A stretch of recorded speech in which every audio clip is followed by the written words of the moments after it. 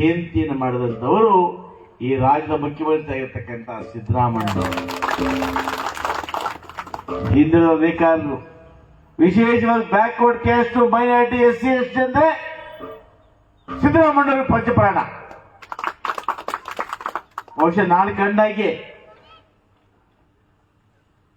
15 ವರ್ಷದ ಹತ್ತಿರ ನೋಡ್ತೀನಿ, ಶಾಸಕನಾಗಿ 11 ವರ್ಷದಿಂದ ನೋಡ್ತೀನಿ.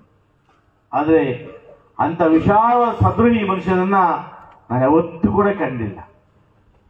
ಬಹುಶಃ ದೇವರಾಜ ಅರಸು ನಂತರ ಯಾರಾದ್ರೂ ಕೂಡ ಹಿಂದೂ ಸಮಾಜ ಬಗ್ಗೆ, ಬಡವರ ಬಗ್ಗೆ, ಮಹಿಳೆಯರ ಬಗ್ಗೆ ಕಲಿಗಳ ಹೊಂದಿರ್ತಕ್ಕಂಥ ಯಾರಾದ್ರೂ ಇದ್ರೆ ಅವರು ಈ ರಾಜ್ಯದ ಮುಖ್ಯಮಂತ್ರಿ ಆಗಿರ್ತಕ್ಕಂಥ ಸಿದ್ದರಾಮಯ್ಯನವರು.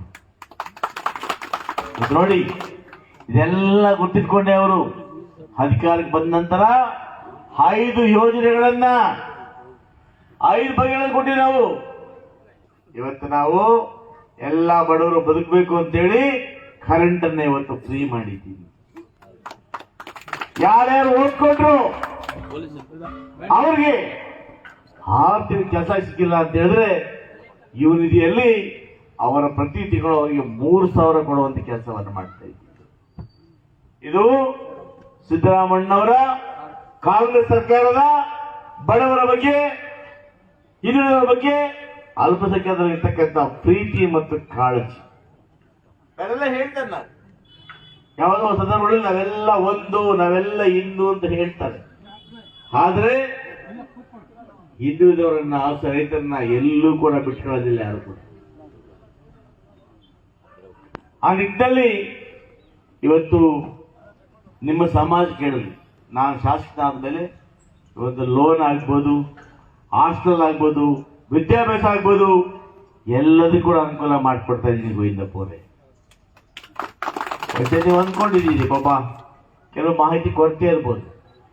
ನನ್ನ ಬಳಿ ಯಾವುದೇ ಹಾಸ್ಟೆಲ್ ಸೀಟ್ ಬೇಕು ಅಂತ ಬಂದಾಗ ಈ ಸಮಾಜದವ್ರನ್ನ ನಾನು ಒಬ್ಬರನ್ನು ವಾಪಸ್ ಕಳಿಸಿಲ್ಲ. ವಿದ್ಯಾಭ್ಯಾಸ ಕೊಡಿಸ್ತಾ ಇದ್ದೀವಿ. ಈ ಜಾಗ ಇವತ್ತು ಎಷ್ಟು ಬಾಳುತ್ತೆ ಗೊತ್ತಾ? ಈ ಪೂರ್ತಿ ನಿಮ್ದೇನೆ ಇದು. ಇವತ್ತು ಈ ಜಾಗ ಇವತ್ತು 5 ಕೋಟಿ ಬಾಳುತ್ತೆ ಜಾಗ ಇದು. ಇಲ್ಲಿ ಇವತ್ತು 5,000 ರೂಪಾಯಿ ಅಡಿ ಇದೆ. ಲೆಕ್ಕ ಹಾಕೊಳ್ಳಿ ಎಷ್ಟಾಯ್ತು ನಿಮಗೆ ಅಂತ. ಜೊತೆಗೆ ಇಷ್ಟು ಒಳ್ಳೆ ಜಾಗ ಯಾಕೆ ಕೊಟ್ವಿ ಅಂದ್ರೆ, ಊರು ಒಳಗಡೆ ಇಲ್ಲಿ ಪಾರ್ಕಲ್ಲಿ ದೊಡ್ಡ ಪಕ್ಷ ಮಾಡ್ಕೋಬೇಕಾದ್ರೆ ಪಾರ್ಕಲ್ಲಿ ಜಾಗ ಇದೆ. ಪೆಂಡಲ್ ಹಾಕಿ ಪೆದ್ದಿಗೆ ಪೆಂಡಲ್ ಸೇರ್ಸ್ಕೋవచ్చు మేము.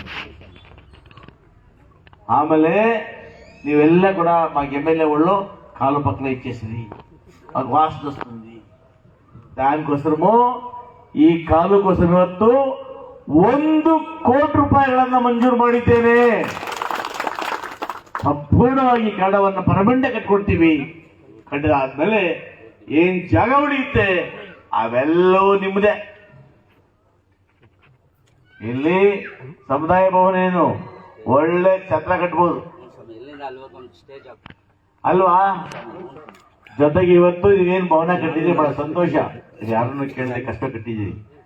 ಮೇಲೆ ಕಟ್ಟಲಿಕ್ಕೆ ನನ್ನ ನಿಧಿಯಿಂದ 5 ಲಕ್ಷ ರೂಪಾಯಿಗಳನ್ನ ಕೊಡ್ತೇನೆ.